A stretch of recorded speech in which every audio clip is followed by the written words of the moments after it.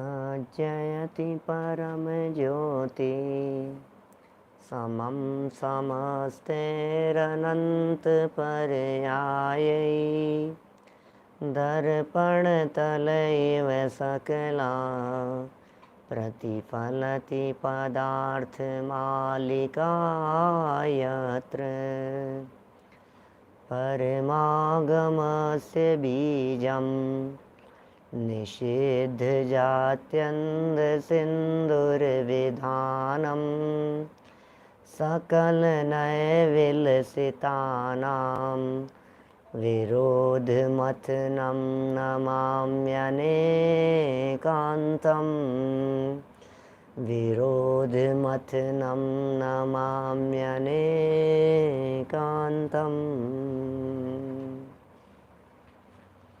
पुरुषार्थ सिद्धि उपाय नामक यह ग्रंथ है अमृतचंद्र आचार्य देव की यह अनुपम रचना श्रावकों के चरणानुयोग संबंधी श्रावकाचार ग्रंथ। श्रावक का जीवन कैसा होता है, श्रावक का आचरण कैसा होता है, श्रावक की लाइफ स्टाइल किस प्रकार की होती है। देखिए, श्रावक शब्द से कन्फ्यूजन नहीं होना। जिनागम में सच में श्रावक संज्ञा पंचम गुणस्थानवर्ती के लिए दी है। तत्वार सूत्र 9वें अध्याय का 45वां सूत्र है। 9वें अध्याय के 45वें सूत्र में क्या कहा? सम्यक दृष्टि श्रावक वीरतानंत वियोजक दर्शन मोह शपकोपशम कोपशांत। पूरा सूत्र सम्यक दृष्टि श्रावक विविरत। तो सम्यक दृष्टि चौथे गुणस्थानवर्ती और श्रावक कौन? पंचम गुणस्थानवर्ती। तो वास्तव में जो श्रावक संज्ञा है हमारे यहाँ जैन परंपरा में वो पंचम गुणस्थानवर्ती के अर्थ में है। वैसे तो पाक्षिक श्रावक, नैष्टिक श्रावक, साधक, इस तरह से भी भेद मिलते हैं, लेकिन जो पंचम गुणस्थान के योग्य भूमिका वाले होते हैं उनका जीवन किस प्रकार का निर्मल होता है, उसके जीवन की निर्मलता की यहाँ चर्चा चल रही है। इस संबंध में 5 अणुव्रत और 3 गुणव्रतों की चर्चा के बाद 4 शिक्षा व्रतों की चर्चा प्रारंभ की गई थी, जिसमें सामायिक की चर्चा अपेक्षित विस्तार से हो चुकी और प्रोषदोपवास की चर्चा चल रही थी। प्रोषद की चर्चा भी हम कर चुके थे, प्रोषद उपवास की चर्चा भी कर चुके थे। प्रोषद उपवास में 3 दिन तक इस श्रावक के जीवन में क्या कर्तव्य होते हैं वो चर्चा भी कर चुके थे। आरंभ से रहित होता है, परिग्रह से रहित होता है, 5 पाप से छूटा हुआ होता है, विषय कषाय अधिक से विरक्त होता है, एकांत में अपना काल व्यतीत करता है, भोजन आदि प्रवृत्तियों से दूर हो चुका होता है। मैंने कितनी बातें यहाँ कह दी थी, बहुत सारी बातें प्रोषदोपवास के संबंध में हुई। सामायिक में और अधिक दृढ़ हो जाता है। सामायिक व्रत का दृढ़ता से पालन प्रोषदोपवास के बिना नहीं हो सकता। एकांत स्थान में अपना समय व्यतीत कर रहा है, प्रातः और सायंकाल की सामायिक करता है, रात्रि में कम सोता है, सुबह जल्दी उठ जाता है। कितनी बातें आई थी उसमें, खुल कर के बहुत सारी बातें हुई अपनी। फिर कुछ जब यहाँ लाभ और फल बताने की बात कही तो यह भी कह दिया कि वो 16 पहर का दृढ़ता से पालन करने वाला जीव अहिंसा महाव्रत जैसा भी हो जाता है, अहिंसा व्रत का भी उसके पालन होता है। आज तो बात उसी अहिंसा व्रत के संदर्भ में विशेष कहना चाहते हैं। ऐसा उपवास करने वाला व्यक्ति, ऐसा प्रोषदोपवास करने वाला व्यक्ति, सप्तमी, अष्टमी, नौमी 3-3 दिन जिसने इतने अच्छे से बिताए हैं, वास्तव में ये 3 दिन नहीं है, ये तो वीक में 3 दिन जैसे हो गए।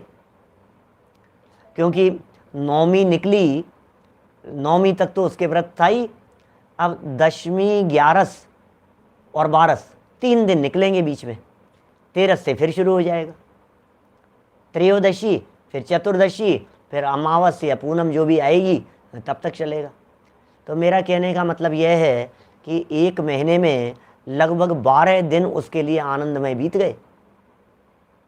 ये क्या है प्रोषदोपवास? ये तो उत्कृष्ट की बात कर रहा हूँ। यदि उत्कृष्ट रीति से इसको नहीं भी माना जावे, सिर्फ 1 ही दिन माना जावे, तो भी महीने में 4 दिन तो हो ही जाते हैं। रोज 2 उपवास करने वाले के लिए 4 हो जाएंगे, 5, जो भी जैसा भी होगा। अभी ये कह रहे हैं उपवास में अहिंसा की विशेषतः पुष्टि होती है। उपवास में अकेला उपवास नहीं है, देखने में तो ऐसा लग रहा है उपवास किया उपवास किया। वो उपवास करने वाला व्यक्ति महाव्रती है, वो उपवास करने वाला अहिंसा व्रत का पालन कर रहा है। उस उपवास करने वाले को आप साधारण मत समझिए, ऐसा समझ लिया हमने उपवास कर रहा है, अरे उपवास है क्या है, उपवास तो सभी करते हैं, जैन है, जैन, हिंदू, मुसलमान सब लोग उपवास करते हैं। नहीं भाई, हमने जिस विधि पूर्वक उपवास की बात कही है, इस उपवास में महाव्रत जैसा उसको फल मिलता है। मैं नहीं कह रहा हूँ, आचार्य देव स्वयं कह रहे हैं, उसे महाव्रती व्रत जानना चाहिए। अहिंसा महाव्रत का दृढ़ता से उसके पालन हो रहा है। ये जो श्लोक 158 हम यहाँ शुरू करने वाले हैं, इस श्लोक में सिद्ध किया गया है कि उस उपवास करने वाले व्यक्ति के किस तरह से अहिंसा महाव्रत सिद्ध होता है, इस जीव के किस तरह से 5 महाव्रत सिद्ध होते हैं, ये 159 नंबर वाले श्लोक में, अगले श्लोक में बतलाएंगे। दोनों की चर्चा करने की भावना है अभी यहाँ। अहिंसा व्रत किस तरह से, अरे साहब क्या बात की, तो उपवास किया है यार, अब अहिंसा का क्या लेना देना उपवास से, भूखा रहा है भैया। जो व्यक्ति सिर्फ भूखे रहने को उपवास समझता है, उसे समझ में नहीं आएगी बात। क्या जिसने सिर्फ ये समझ लिया कि भूखे रहने मात्र का नाम उपवास है, उसे क्या पल्ले पड़ेगी, उसे क्या समझ में आएगी, कुछ भी नहीं समझ में आने वाली है उसके, ये गणित समझ में नहीं आएगी। अभी उपवास जो विधि पूर्वक किया गया, उपवास में जिस दृढ़ता का पालन किया गया, उपवास में जो सामयिक का पालन किया गया, उपवास में जो आरंभ का त्याग हो गया, उपवास में जो 5 स्थावर आदि के हिंसा से विरक्त हो गया, उपवास में जो 5 पाप से विरक्त होने की भावना हुई, उपवास में जो 5 इंद्रियों के विषयों से विरक्ति इसने ले ली, ये सब जो बातें हैं, ये उसके जीवन को महान बना देती है। जीवन महान हो जाता है उसका।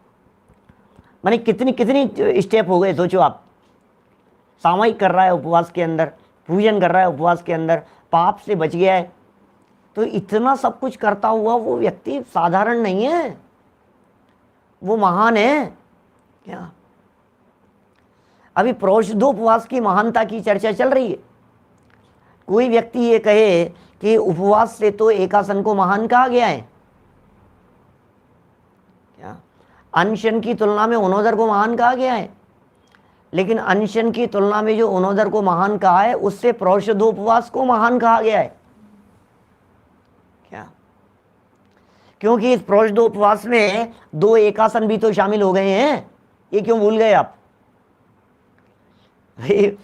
उपवास से नो डाउट अनशन की तुलना में अनोदर को श्रेष्ठ कहा है।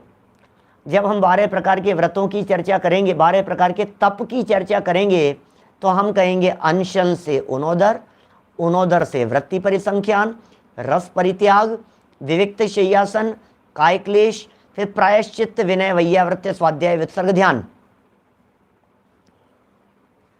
एक के ऊपर एक इस तरह से लेवल बढ़ते चले गए। 12 प्रकार के तप कहे हैं। इन 12 प्रकार के तपों में अनशन, इससे अनशन का लेवल यदि ये है तो अनोदर का लेवल इतना होगा, तो बढ़ गया ना अनोदर का लेवल। तो फिर अनोदर मतलब एकासन, एकासन करने वाला ज़्यादा महान हो गया ना, तो फिर एकासन किया जाना चाहिए, फिर प्रोषधोपवास नहीं करें। बोलो पंडित जी, एकासन ज़्यादा बड़ी चीज़ है या ये आपका प्रोषध उपवास, कौन सा ज़्यादा श्रेष्ठ है? तो हम प्रोषध उपवास ज़्यादा श्रेष्ठ है, क्योंकि इस प्रोषध उपवास में दोनों तरफ पिलर के रूप में एकासन खड़े हुए हैं। बोलो, अष्टमी के उपवास में सप्तमी पिलर बनकर के एकासन, नौवीं पिलर बनकर के एकासन के रूप में खड़ी हुई है। कितना पावरफुल हो जाएगा ये, वो पावर यहां दिखा रहे। देखिए आप क्या चर्चा चल रही है यहाँ। श्लोक पढ़ता हूँ 158 नंबर का। उपवास में अहिंसा की विशेषतः पुष्टि होती है।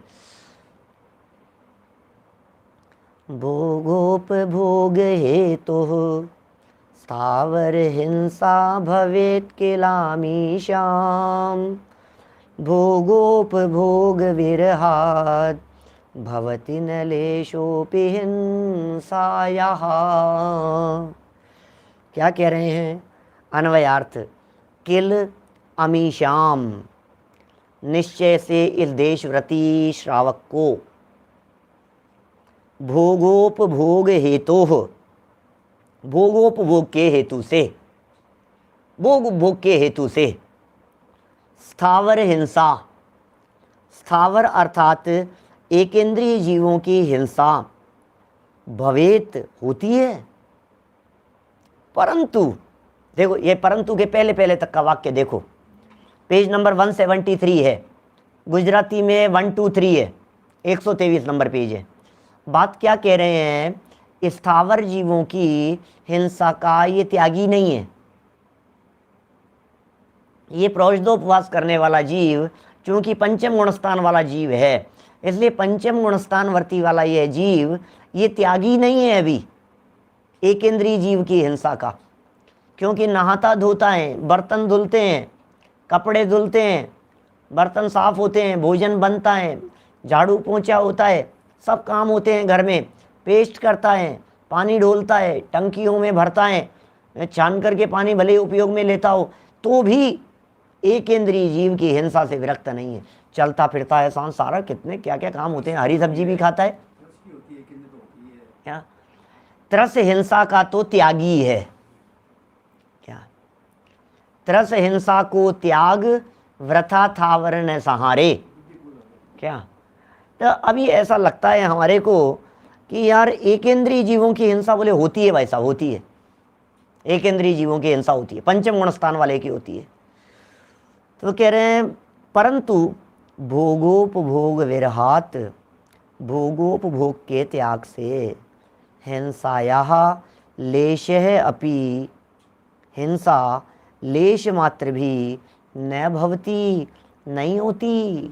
लो कि साहब क्या बात कर रहे हो आप, इनको अहिंसा महाव्रती कैसे कह रहे हो क्या, बोलिए। ये हरी सब्जी खाता है कि नहीं, तो आप इनको महाव्रती कैसे कह रहे हैं, कैसे एकेंद्रीय जीवों की हिंसा अधिक से सबसे विरक्त कैसे हो जाएगा ये। तो भैया सुनो, पंचम गुणस्थान वर्ती है, 100% विरक्त तो नहीं है, लेकिन जिस काल में उसने उपवास किया है उस काल में तो विरक्त है, वो कह रहे हैं यहाँ। माने उपवास करने वाले व्यक्ति के जीवन को अहिंसा महाव्रती से कंपैरिजन करके देख रहे हैं क्या, कंपैरिजन कर रहे हैं उनका आपस में। और क्या कह रहे हैं कंपैरिजन करते हुए,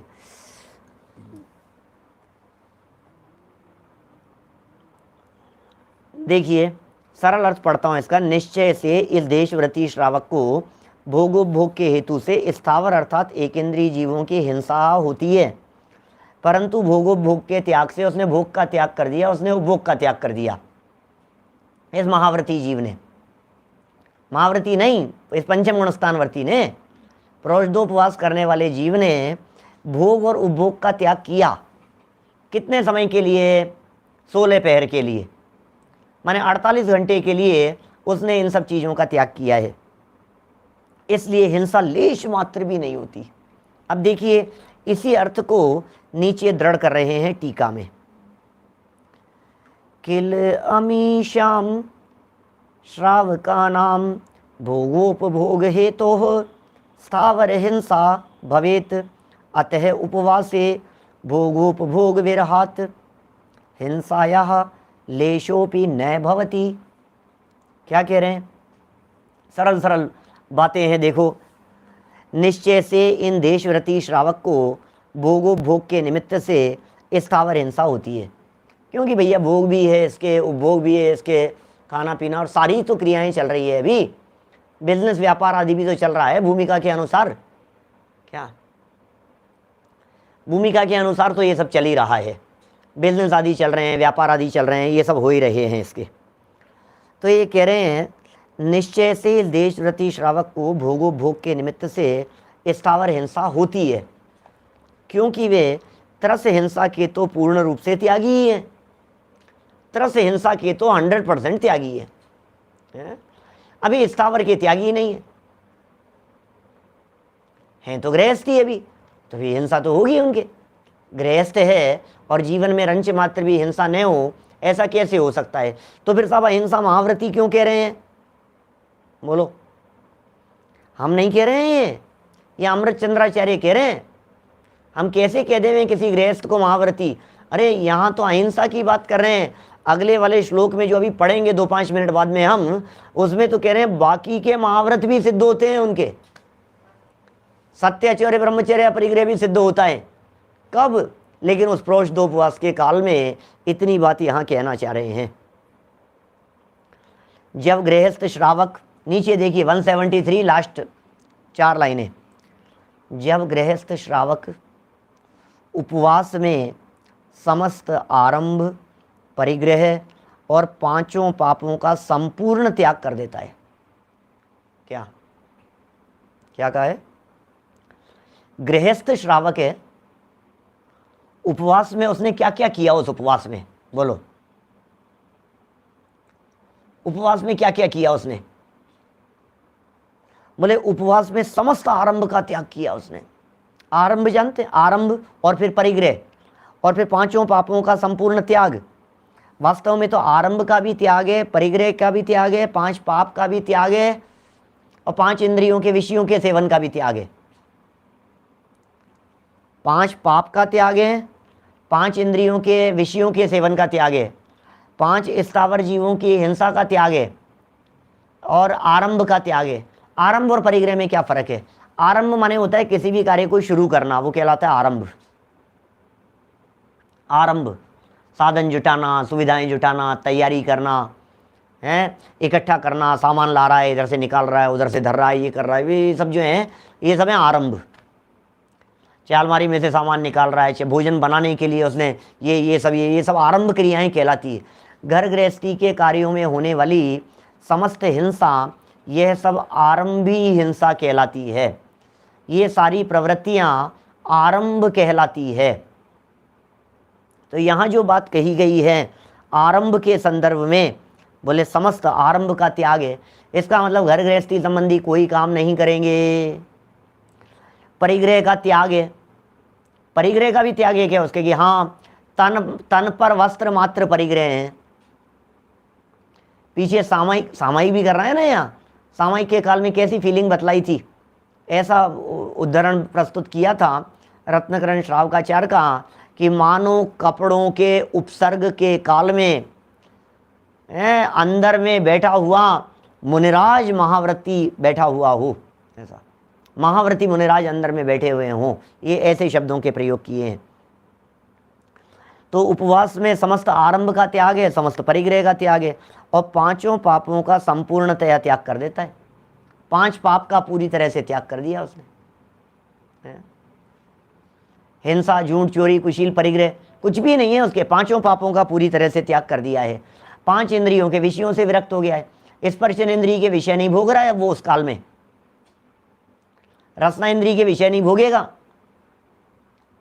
माने जब उसके उपवास का समय है तो वो रसना इंद्रिय के विषय कैसे भोगेगा बताओ? भोजन तो हो ही नहीं सकता उसके। तो घ्राणेन्द्रिय के विषय की तमन्ना, बोले वो भी नहीं है। बोले चक्षु इंद्रिय के विषय, वो भी नहीं है। बोले कर्णेंद्रिय संबंधी, बोले कोई उसके म्यूजिक सुनना, संगीत सुनना, इन सब का तो उसने अभी त्याग कर दिया है। सर्व आरंभ और आडंबरों का त्याग किया है ना उसने। उपवास की भूमिका की बात कर रहे हैं। तो 5 पाप से विरक्त हो गया, 5 इंद्रियों के विषयों से विरक्त हो गया। डल्लप के गद्दों पर नहीं सो रहा है, एसी नहीं चला रहा है, पंखे कूलर आदि का उपयोग नहीं कर रहा है, एकांत स्थान में बिना इन सब साधन और सुविधाओं के चटाई पर सो रहा है, पाटे पर सो रहा है। तो किस तरह से वो अपना काल व्यतीत कर रहा है सोचो। तो ये कह रहे हैं संपूर्णतः त्याग कर दिया उसने। तब उसे उपवास में स्थावर हिंसा भी नहीं होती। अब स्थावर हिंसा कैसे होगी? इस लेवल तक बात हो गई थी कि वह व्यक्ति बैठा हुआ हिल नहीं रहा है। सोचना, सामायिक के काल में जब वो बैठा है प्रतिज्ञाबद्ध होकर के, हिलना डुलना बंद कर दिया है, शरीर से हलन चलन बंद है, जवान से बोलना बंद है, मन के संकल्प विकल्प भी उसके दूर हो गए हैं। बोलो, इतनी सारी बातें जिसके जीवन में चल रही है, शरीर, वचन और मन, इन तीनों से गुप्तता का पालन करने वाला वो व्यक्ति, इन तीनों से गुप्ती का पालन करने वाला व्यक्ति, वह व्यक्ति स्थावर हिंसा से भी विरक्त जैसा ही है। अब उसके कहाँ स्थावर हिंसा है, जब चल ही नहीं रहा है, वो एक स्थान पर बैठ गया है, सावधानी पूर्वक एक ही स्थान पर लेटा है, तो फिर स्थावर जीवों की हिंसा से भी विरक्ति है ना। जब उसे भोजन बनाना ही नहीं है तो फिर स्थावर जीवों की हिंसा से विरक्ति अपने आप ही उसकी लाइफ में हो गई। जब उसे खाना बनाना ही नहीं है, खाना खाना ही नहीं है, जब उसने सारे आडंबरों का त्याग कर दिया है, तो ये स्थावर हिंसा भी उसके नहीं होती। कारण कि क्या कारण है उसके स्थावर हिंसा नहीं होने का? कारण कि भोगोपभोग का त्याग हो जाने से हिंसा का अंश मात्र भी नहीं रहा। भोग और उपभोग इनका त्याग हो गया, भोग उपभोग का त्याग हो जाने से हिंसा का अंश मात्र भी नहीं रहा, इसलिए अहिंसा महाव्रत का पालन हुआ। सोचा भी नहीं होगा, बोलो मुनिराज के लघुनंदन जैसे हो गए भैया, सही कह रहे हो हैं? मुनिराज वत कह दिया गया है, जैसे मुनिराजों को सिद्धवत कह दिया गया है, चलते फिरते सिद्ध कह दिया है, ऐसे ही ये पंचम गुण स्थानवर्ती श्रावक को मुनिराजों का लघुनंदन कह दिया गया है। मुनिराज वत है इनका जीवन। अरे अगले चरण में मुनि बनने वाले हैं, अगला स्टेप, अगला कदम, अगला पायदान इनका मुनि दशा दिखाई दे रही है। ये है श्रावक। हमें इतना उत्कृष्ट इनका जीवन दिखाई दे रहा है, हमारे को इनके जीवन में अहिंसा महाव्रत जैसा दिखाई दे रहा है। महाव्रती के जीवन में जिस तरह से रंच मात्र भी हिंसा नहीं होती, महाव्रती के जीवन में जिस प्रकार से एकेंद्रिय आदि जीवों की किसी भी प्रकार की विराधना नहीं होती, उसी प्रकार यह भी सर्व प्रकार की विराधना से बचा हुआ जीव है। देखिए आप ये कहेंगे कैसी बात करते हैं पंडित जी, थोड़ा बहुत चलते हैं तो जीव मरते होंगे, कुछ बोलते हैं पाठ वगैरह तो जीव मरते होंगे। अरे श्वासों श्वास ले रहे हैं तब भी तो जीव मरते होंगे क्या? श्वासों श्वास लेते हैं तब भी तो मरते होंगे, फिर क्या करेंगे? अरे भैया ये सब चीज़ें अशक्य अनुष्ठान के अंतर्गत जाती है, माने वो बुद्धिपूर्वक नहीं है। उसके बुद्धिपूर्वक तो घास के तिनके पर पाँव नहीं रखता है पंचम गुण स्थानवर्ती जीव। क्या हमने एक दिन पहले भी चर्चा की थी आपसे, ये सब जस्ट लाइक प्रैक्टिस है मुनि भूमिका के लिए। मुनि बनने के लिए तैयारी चल रही है, मुनि बनने की पूरी भूमिका तैयार हो रही है, बेस तैयार हो रहा है कि अब जब हम मुनि बन जाएंगे तो हमें किंचित भी परेशानी का परेशानी लगेगी ही नहीं, क्योंकि ये तो हमारी रूटीन लाइफ जैसी हो गई है। क्या अब कोई व्यक्ति उपवास के दिन बहुत ज़्यादा आडंबर परिग्रह करे तो उसका तो अभी और आगे चल करके कह देंगे तेरा उपवास ही नहीं है, ऐसे शब्द प्रयोग कर देंगे। बताएंगे आगे जब यथा समय जब आएंगे तब पढ़ेंगे उनको।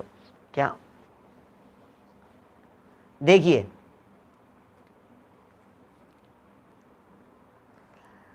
ये हो गया ये वाला पेज, आगे बढ़ो। इसी प्रकार उपवास में अहिंसा महाव्रत की तरह अन्य 4 महाव्रत का भी पालन हो जाता है, यह बतलाते हैं। उपवास में अहिंसा तो है ही, उपवास में सत्य भी है, उपवास में आचौर्य भी है, उपवास में ब्रह्मचर्य भी है। क्या उपवास में परिग्रह अपरिग्रही भी जैसा हो गया है, 5 पाप से विरक्त हो गया है भाई, 5 पाप से विरक्त।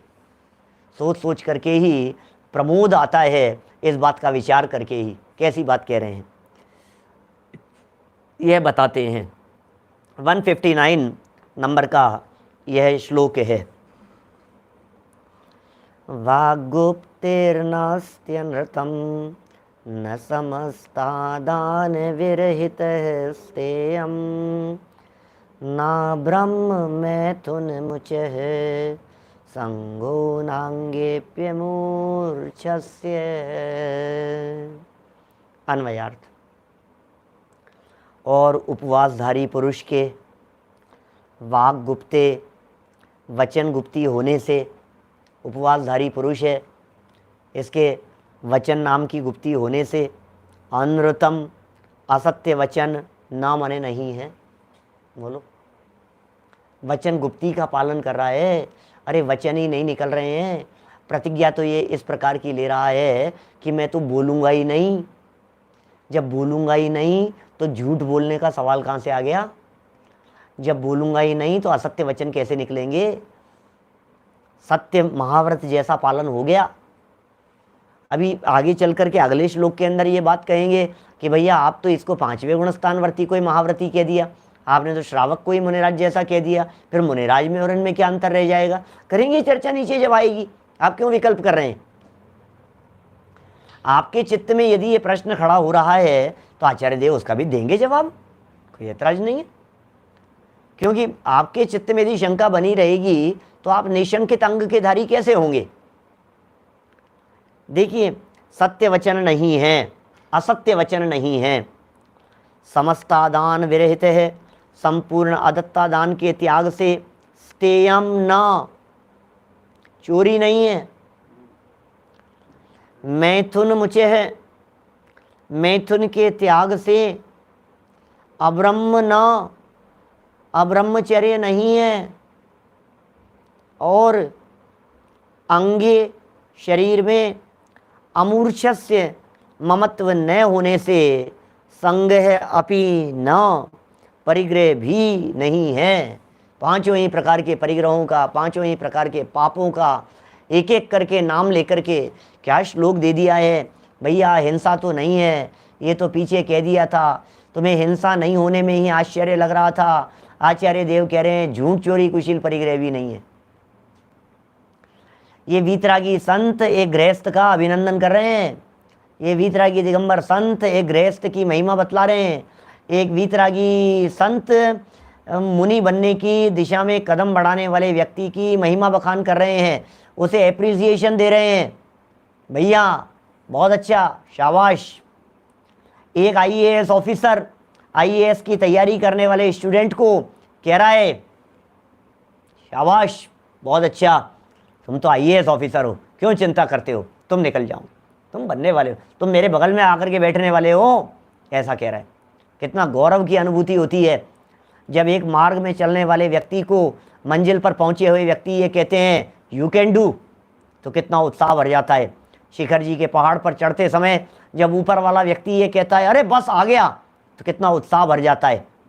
एक ऊपर वाले व्यक्ति, एक छठे सातवें गुणस्थानवर्ती नीचे पंचम गुणस्थान में खड़े हुए, नीचे वाले पायदान पे खड़े हुए व्यक्ति को कह रहे हैं यू कैन डू, चिंता मत करो, महाव्रतियों जैसे हो तुम अभी महाव्रतियों जैसे हो। तो मतलब ऐसा लगता है हमारे को मानो ये वीतरागी संत हमारे में उत्साह का संचार कर रहे हों, हमारे में प्राण फूंकने का काम कर रहे हों। जो व्यक्ति थोड़ा बहुत भी घबराता हो, जो व्यक्ति डरता हो व्रत लेने से, नियम लेने से, उस व्यक्ति की प्रशंसा कर करके, उसके सर पर हाथ फेर करके, उसके कंधे पर शाबाशी दे दे करके बढ़ाते चले जाते हैं। देखो मोक्ष की राह तक ले जाने वाले ये वीतरागी संतों का कितना उपकार है हमारे ऊपर, जो हमारे को मोटिवेट करते रहते हैं। ये कह रहे हैं शाबाश। मैं कहता हूँ यार मैं तो कर नहीं पाया ढंग से। अरे क्या बात करता है, तू तो महाव्रतियों जैसा काम कर लिया तूने। अब देखो कैसे कैसी बात कह दी है यार, बहुत कठिन है भाई साहब रास्ता, तो मैं निभाने की कोशिश तो की है मैंने, लेकिन बहुत, अरे नहीं नहीं नहीं बहुत बढ़िया, महाव्रतियों जैसा। अहिंसा महाव्रत का पालन अब आप कह रहे हो अहिंसा, अरे अहिंसा नहीं, सत्य, अचौर्य, ब्रह्मचर्य, अपरिग्रह, पांचों महाव्रतों के पालन है तेरे, तू क्या बात करता है। अरे यार आप जबरदस्ती चढ़ा रहे हो। चढ़ा नहीं रहा हूं, चढ़ा नहीं रहा हूं, हकीकत है। अब ये क्या बात कह रहे हैं भाई साहब, हैं? प्रसन्नता नहीं होती है आपको ऐसी बातें सुन करके? पंचम गुणस्थानवर्ती किसी व्यक्ति के, उसकी छाती चौड़ी नहीं हो जाएगी ये बात सुन करके? नीचे देखो, जो छोटे होते हैं ना व्यक्ति, वे तो चापलूसी की वजह से चढ़ाते हैं। क्या हमारे हिंदुस्तान में चापलूस लोग भी बहुत होते हैं।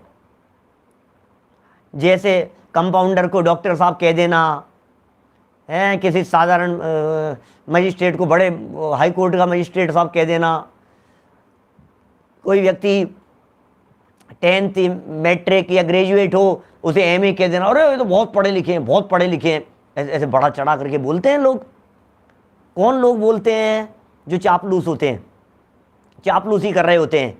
वो क्या करते हैं, खुद का लेवल तो कम है, चाटुकारिता जिसे कहते हैं ना जगत में, माने नीचे हैं और अपने से बड़े ऊंचे, अरे साहब आप तो ऐसा ऐसा चढ़ा रहे हैं, उनकी कोई कीमत नहीं है।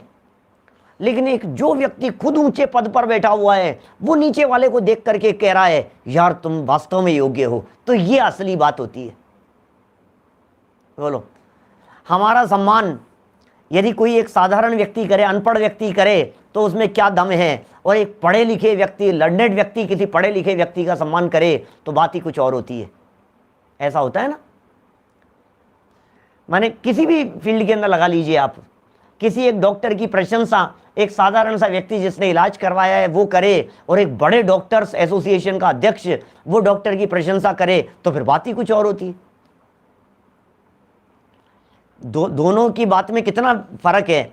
ऐसे ही कह रहे हैं, एक पंचम गुणस्थानवर्ती की प्रशंसा एक मिथ्या दृष्टि करे, क्या प्रशंसा करेगा, उसको तो मान उसको थोड़े से में उसको तो मान दिखाई दे रहे हैं, लेकिन असलियत में जो कमियां देख सकते हैं, जो उस लेवल से गुजर चुके हैं, जो ऊपर पहुंच गए हैं, ऐसे भावलिंगी संत मुनिराज उन्हें देख करके उनकी प्रशंसा करते हैं, तो सच में पता लगता है वास्तव में ये प्रशंसनीय है। अरे हमें मिथ्या दृष्टियों को, एकेंद्रीय पहले गुणस्थान वालों को, चौथे गुणस्थान वालों को, पंचम गुणस्थान वालों की भले ही ज़्यादा महिमा नहीं आ रही हो, लेकिन यहाँ भावलिंगी संत उन्हें महाव्रती कृत कह करके, महाव्रती जैसे कह करके हमारे चित्त में पंचम गुणस्थानवर्तियों की विशिष्ट महिमा स्थापित कर रहे हैं। देखो भाई, पढ़ा क्या हमने ये देखना, संस्कृत पंक्तियां हटा करके पढ़ते हैं अन्वयार्थ को, और उपवासधारी पुरुष के वचन गुप्ती होने से हेतु देते जा रहे हैं साथ में। कारण क्या है? वचन गुप्ती होने से, गुप्ती मतलब समझ गए ना, गुप्त रहना, गुप्ती मतलब लीन रहना, गुप्ती मतलब चुप, शांत, विरक्त, 100%, ये होती है गुप्ती। वचन गुप्ती क्या होती है? बोलता ही नहीं है, मुंह के ऊपर जैसे सिलाई कर दी हो, चिट लगा दी हो, क्या कहेंगे उसे अपन, ये क्या, मौन व्रत जिन्होंने धारण कर लिया हो, ये वचन गुप्ती वाले हैं। जैसे गुरुदेव ने सौगानी जी की प्रशंसा की, तो ये अपने आप में बड़ी बात है। गुरुदेव ने सौगानी जी की प्रशंसा की, गुरुदेव ने दादा की प्रशंसा की। अरे विद्वान एव जानाति विद्वज्जनस्य परिश्रमम, नहीं वंद्या विजानाति महति प्रसव वेदनाम। नीतिकारों का श्लोक है, विद्वानों के परिश्रम को विद्वान लोग जानते हैं। कौन जाने? नहीं वंद्या विजानाति महति प्रसव वेदनाम। समझ में आ रही है बात? कोई बांझ हो, वो क्या जाने प्रसव की उस वेदना के संदर्भ में नहीं जान सकती, या वो जो स्थिति है, जो लेखक है वो लेखक ही समझ सकता है। किसी व्यक्ति के द्वारा लिखे गए लेख में, किसी व्यक्ति के द्वारा किए गए कार्य में, किसी व्यक्ति के द्वारा दिए गए व्याख्यान में, या किसी व्यक्ति के द्वारा लिखी गई पुस्तक में कितनी मेहनत की गई है, कितना परिश्रम हुआ है, यह बात उससे कोई बड़ा लेखक, कोई अनुभवी, कोई विद्वान ही समझ सकता है। एक साधारण व्यक्ति उन विद्वानों की विद्वत्ता, उन विद्वानों का परिश्रम, उनकी मेहनत, उनका लेखन, उनके लेखनी की कीमत, वैल्यू, ये नहीं समझ सकते हैं। 4 लाइन खुद लिखो तो पता लगता है लिखने में कितना परिश्रम होता है। बोलो, वो पता लगता है भाई साहब। इसलिए हम यदि किसी विद्यार्थी की देख करके प्रशंसा कर रहे हैं, तो हमें पता है, हमें महिमा आती है उसकी कि भैया हम जानते हैं ये जो बच्चा बोला है ये ऐसे ही नहीं बोला गया है। 1 घंटा बोलने के लिए 6 घंटे की तैयारी, 6 दिन की तैयारी लगी है उस बच्चे की, तब जा करके वो 1 घंटा बोल पाया है।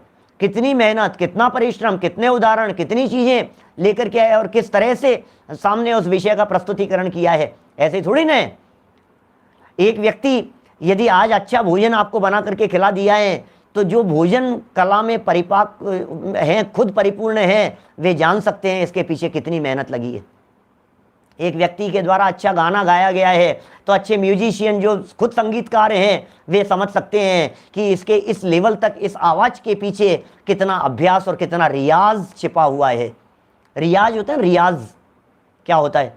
रियाज ही तो कहते हैं, प्रैक्टिस, कितनी प्रैक्टिस छिपी हुई है वो जानता है। एक बहुत स्पीड से गाड़ी चलाने वाले लोग हों, वही व्यक्ति जान सकता है कि इतनी तेज स्पीड चलाने में कितना बैलेंस और कितना कंट्रोल चाहिए होता है, तब वो समझ सकते हैं। नहीं तो नहीं पता लगता है। बोलो, देखिए क्या बात कह रहे हैं यहाँ, छठे सातवें गुणस्थानवर्ती भावलिंगी संत महिमा गा रहे हैं। क्या कह दिया है, वचन गुप्ती से असत्य वचन नहीं है, संपूर्ण अदत्ता दान के त्याग से। देखो यहाँ 5 पाप की परिभाषाएं भी आपको हूबहू लागू होती हुई दिखाई देगी। क्या कैसी लागू होती हुई दिखाई देगी? अदत्ता दानम स्तेयम परिभाषा बतलाई थी पहले चोरी की बात करते समय, वो बात यहां लागू हो गई। क्या अदत्ता दान के त्याग से चोरी नहीं है, मैथुन के त्याग से अब्रह्मचर्य नहीं है, मैथुनम अब्रह्म, ये बात कही थी। फिर और शरीर में ममत्व न होने से परिग्रह भी नहीं है, क्योंकि असली परिग्रह जो था वो तो मूर्छा का नाम था, मूर्छा परिग्रह। मूर्छा तो ममत्व परिणाम है।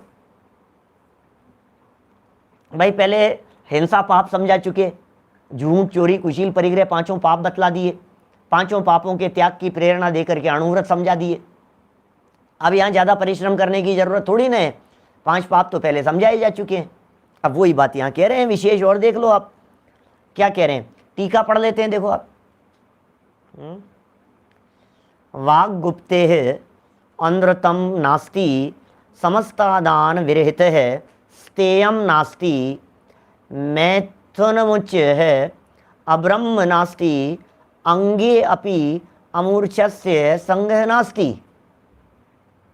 क्या कह दिया है, अदत्ता दान। अदत्ता दान क्या चीज होती है? चोरी की परिभाषा है अदत्ता दान। अदत्त, दत्त माने होता है देना, आ माने नहीं, अदत्त, आ माने नहीं, दत्त माने देना, अदत्त बिना दिए हुए, अदत्त, अदत्त, आदानम, आदान माने ग्रहण कर लेना, अदत्त आदान बिना दिए हुए ले लेना, ये चोरी कहलाता है। बगैर दिए हुए ले लेना, ये अदत्ता दान है। तीन शब्दों से मिलकर के बना है ना, अदत्ता दानम स्तेयम, ये चोरी की परिभाषा तत्वार सूत्र में लिखी है। बिना बगैर दिए हुए ले लेना, किसी की रखी हुई पड़ी हुई भूली हुई वस्तु को बिना उसकी आज्ञा के उठा लेना, उठा करके किसी और को दे देना, बिना दिए हुए तुमने ले ली है, हमने ले ली है, उठा ली है, तो वो चोरी का पाप लग रहा है हमारे को। आदत्त, आदान, स्तेयम चोरी है। तो ये कह रहे हैं अब ये पंचम गुणस्थानवर्ती जो श्रावक है ये चोरी का त्यागी है। एक एक शब्द पढ़ते हैं ना वापस, देखो नीचे टीका में पढ़ रहे हैं संस्कृत की 2 लाइनों के बाद।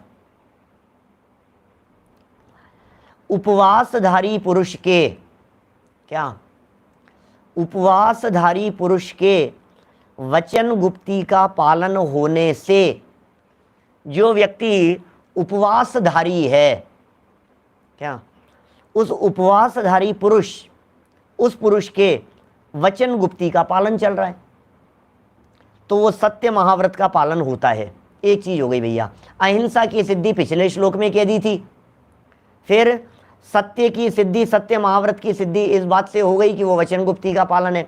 बिना दी हुई समस्त वस्तुओं के ग्रहण करने का त्याग होने से अचौर्य महाव्रत का पालन होता है। भाई चोरी भी नहीं है उसके जीवन में, तो चोरी कैसे नहीं है उसके जीवन में? क्योंकि वो ले नहीं रहा है कुछ भी।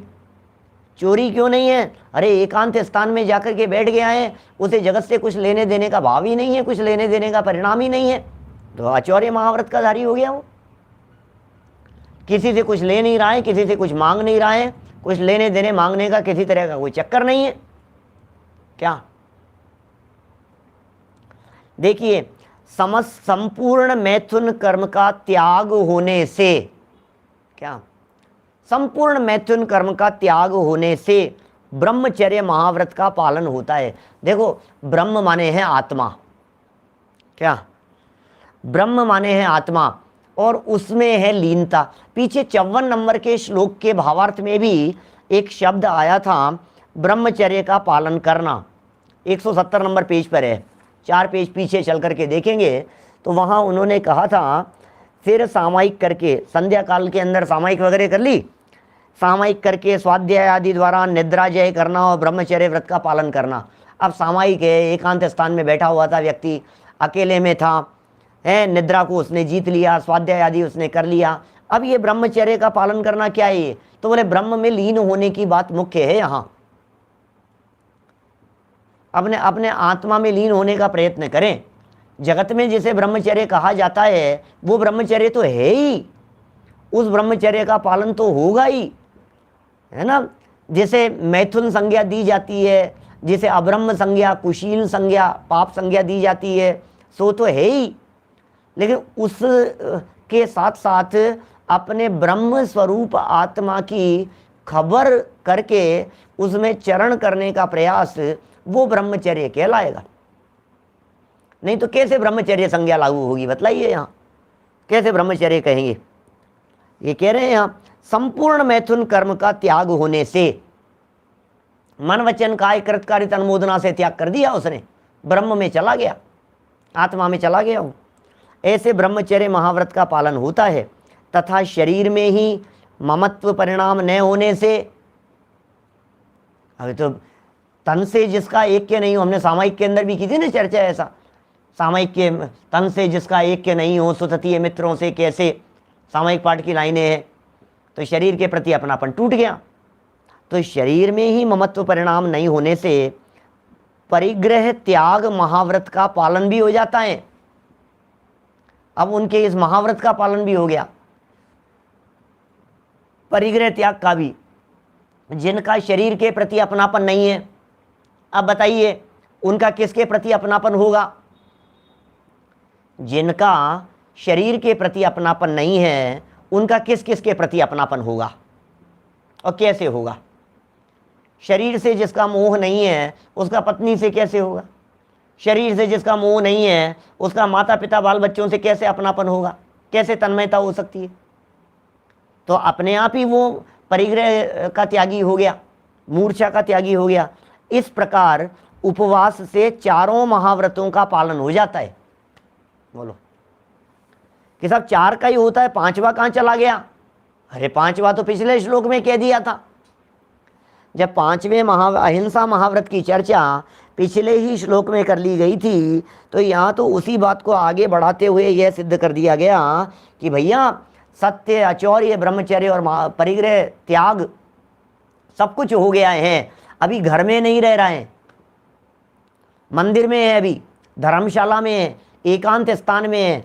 इसी प्रोषदोपवास की चर्चा करते समय पहले ये बात कह दी गई थी, एकांत स्थान में अपना समय व्यतीत करे, निर्जन स्थान में अपना समय व्यतीत करे, है ना। लोगों के बीच में ज़्यादा नहीं रहे, भीड़ भाड़ में नहीं रहे, पब्लिक के बीच में नहीं रहे, बिल्कुल एकांत में अपना उसने आसन जमा लिया, साधन बना लिया, व्यवस्था बंद कमरे में, बंद में धर्मशाला में, स्थान शांति जहाँ हो, कोलाहल किसी प्रकार का जहाँ नहीं हो, ऐसा स्थान चुनने की बात कही थी क्या? तो मापदंड यही है, त्याग कर रखा है उसने, तन्मयता छोड़ रखी है उसने।